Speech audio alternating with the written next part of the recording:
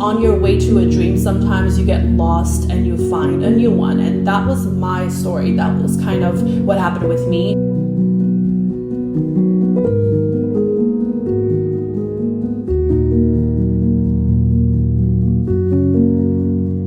Hi you guys, and welcome back to my YouTube channel.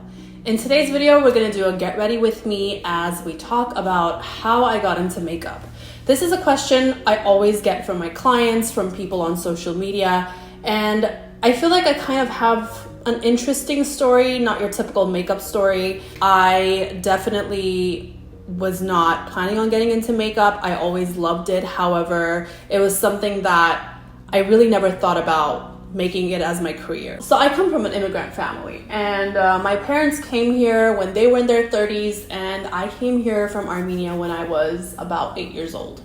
If you have Middle Eastern parents, you know that you have pretty much three choices in life, and it's either you become a doctor, a lawyer, or you're homeless. So there's, pretty dramatic, but growing up, my parents always told me they wanted me to be a lawyer or a doctor.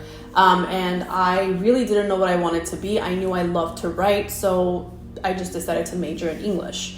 I did major in creative writing, and at the time I was also singing. So I started singing when I was 16 years old, and I would do all these different concerts. So I definitely did want to sing. However, my parents always told me that was something I could do on the side. But as far as school goes, I had to go to school, get a degree, and then, as my mom would say, get your degree, become a doctor, and then you can also sing on the side. So they would support me, and they would always, pay for my singing lessons and all that. But I was always reminded that singing was just a side thing, and I could do it as long as I went to school. So that's what I did. So I went to school, and I loved to sing. So I would just do competitions, and I would do all these different concerts. But at the same time, I knew that it was something that would just have to be done on the side.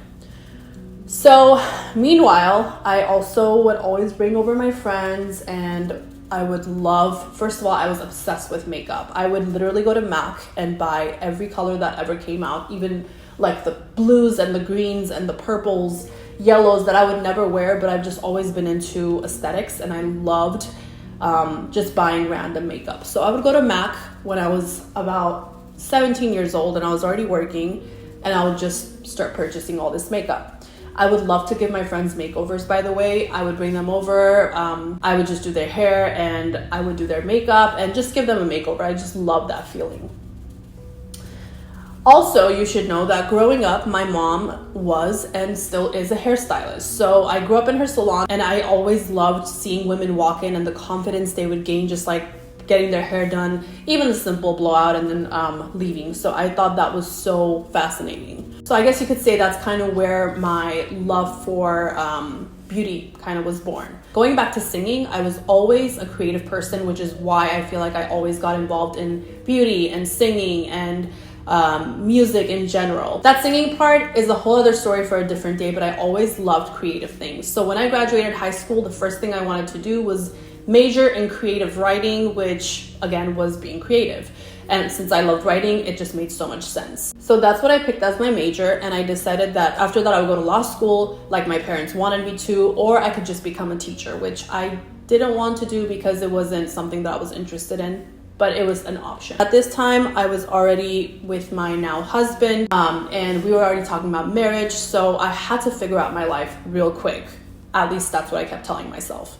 And there was a lot of pressure from my parents. They might be watching this, but that's just the reality of it. I was very confused, and I didn't know what to do with my life. So I can honestly say I had to really figure out what I wanted to do, but at the same time, I wanted to not let my parents down. So when I graduated with my creative writing major, I wanted to take a little break because we were gonna get married. So once I took that year break, my parents kept pressuring me on the side to apply for law school or go for my master's. And I still didn't know what I wanted to do, so I decided I'm not going to go for my master's, and I'm just going to go to law school because that's the best thing to do. So then once I got married, I started studying for law school, and it was brutal because it wasn't something that I wanted to do, but I decided I would have to do it. and again, living for other people, making decisions based on what others wanted me to do. But again, I didn't want to let them down. Sometimes when we decide things in life and we take paths that aren't really ours, I feel like God just steps in and says, no, that's not the direction you're going to go in. And right before I was going to take my LSAT test, unfortunately, my father-in-law passed away. So it was 2 days before my test. I had been studying so hard, and it was 2 days before my test that my father-in-law passed away. So I decided, you know what, I'm just gonna study and I'm gonna take the one that comes along in October, I believe. So it was, there's one LSAT that comes in June and another one that comes in October. So I said, I'll just study and I'll take that one. Well, fast forward 2 weeks after his funeral, I found out that I was pregnant with my daughter. I almost felt like this was my chance to escape. This was my chance to kind of take the path that my heart was telling me to take and just completely stop dealing with the whole idea of law school. And I feel like used my pregnancy as a sort of excuse, I guess, to say I don't feel good, and I'm guilty of this, but I was using my pregnancy to kind of carve my way out of that hole that I had dug myself into. I had decided secretly that I was gonna put myself through makeup school because that was something that I loved and it would allow me to be creative. So I really wanted to do that. And at the time, Instagram was already up and running and it was pretty popular. I just had no idea how to use it, and I just had a personal page where I would post some stuff, but I had no idea how to really work with it until I started doing some research, and I was like, okay, I can maybe start posting makeup looks, and this is how I can eventually get it going. And I hated taking photos, so I had to literally put so much time into learning how to take these photos of myself doing the makeup and posting and tagging companies, spending money to buy the products initially when I wasn't really making enough money to do that, but I was just putting everything I would earn into buying makeup. Now, my husband was very confused and he was very frustrated, especially when I said I wanted to go to makeup school and get my certificate. Him and my parents as well, and maybe every single person around me who I was close with at the time took it as a joke. And it was very disheartening because I understood where they were coming from, because here I was about to go to law school, and then all of a sudden it's this drastic change into me wanting to become a makeup artist. And at the time, makeup wasn't really a career. It was something people would do out of their garage, or some girls would be doing makeup if they had no idea what they really wanted to do with their life. So I felt like in my heart, I was one of those people who was very confused, but to them, I guess they just expected better of me. So when I was 8 months pregnant, I started this really quick course at MUD, and which is an LA-based school. And I decided that I'm just gonna get my certificate and start accepting clients. The reason I wanted my certificate is because at the time you had to have a certificate to work in a salon, and I wanted to start out of my mom's salon, although my mom was very against it.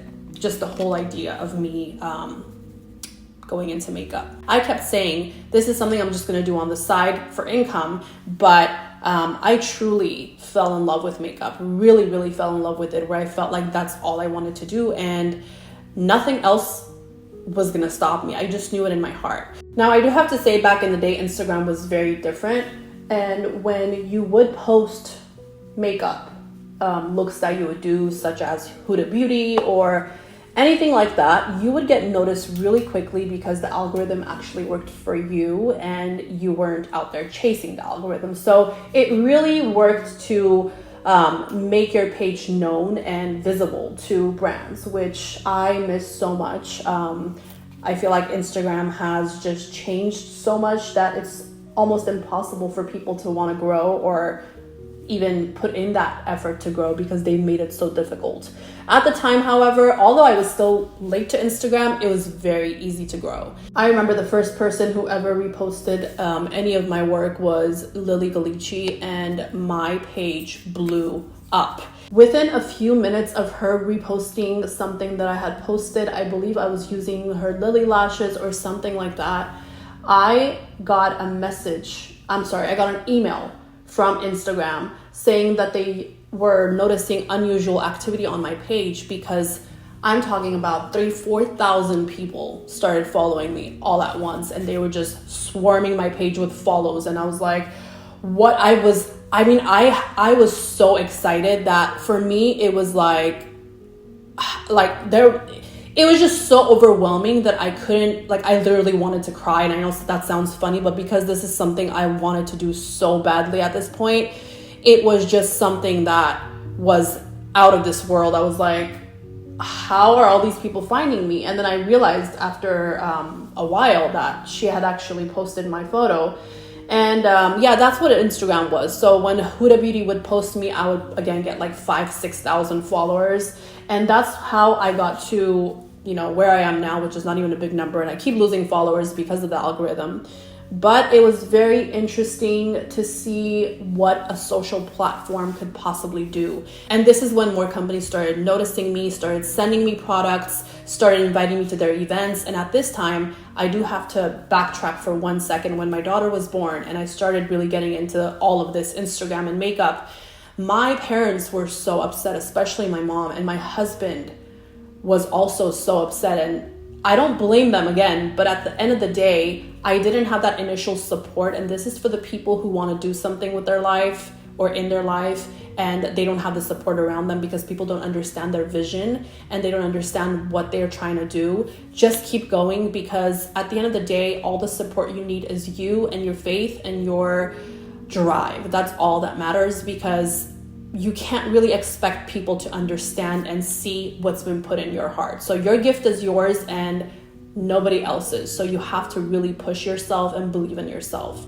So I started getting invited to all these events, and my page was taking off, and I was getting clients, and all of a sudden it was this whole new world that opened up to me. And I realized how happy in my career I was, and how I had gone through all this confusion, but in the middle of it, going from confusion of law school and everything. There's this saying that I love, and I might misquote it, but it's pretty much, on your way to a dream, sometimes you get lost and you find a new one. And that was my story. That was kind of what happened with me, and I couldn't be happier. But my journey should be an example for you that at the end of the day, whatever you end up doing, you're not doing for others, because you're the one who has to live with that every single day. You're the one who has to wake up, go to that job, be there all day.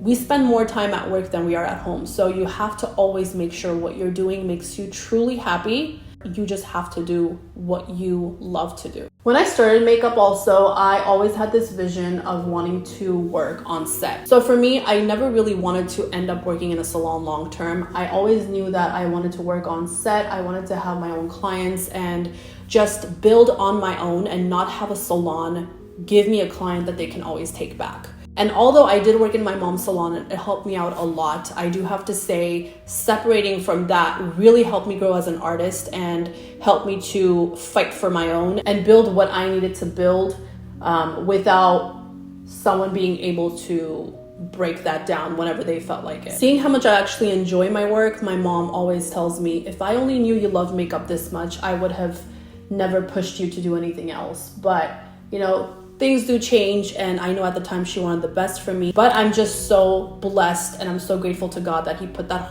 in my heart, and I never stood back and regretted what I did. Fast forwarding to me being able to live out my dream today, just like I wanted to pretty much, and I prayed about so much. So this is just a very condensed version of what made me get into makeup and why I ended up doing what I do now.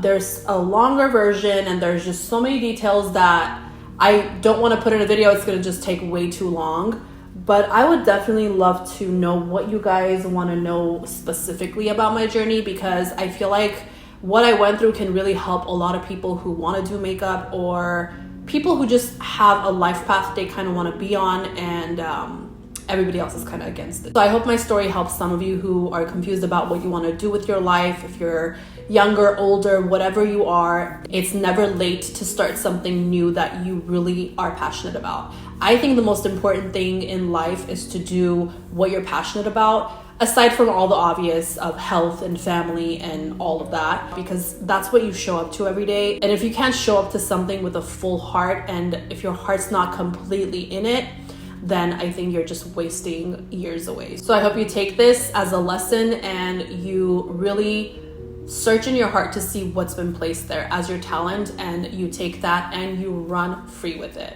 Thank you so much for joining me, and I really hope you guys can leave comments down below, like and subscribe to my channel for all future videos. I really do have so many things coming and so many different looks and ideas. And also please let me know through my Instagram messages or comments down below what you guys want to see from me.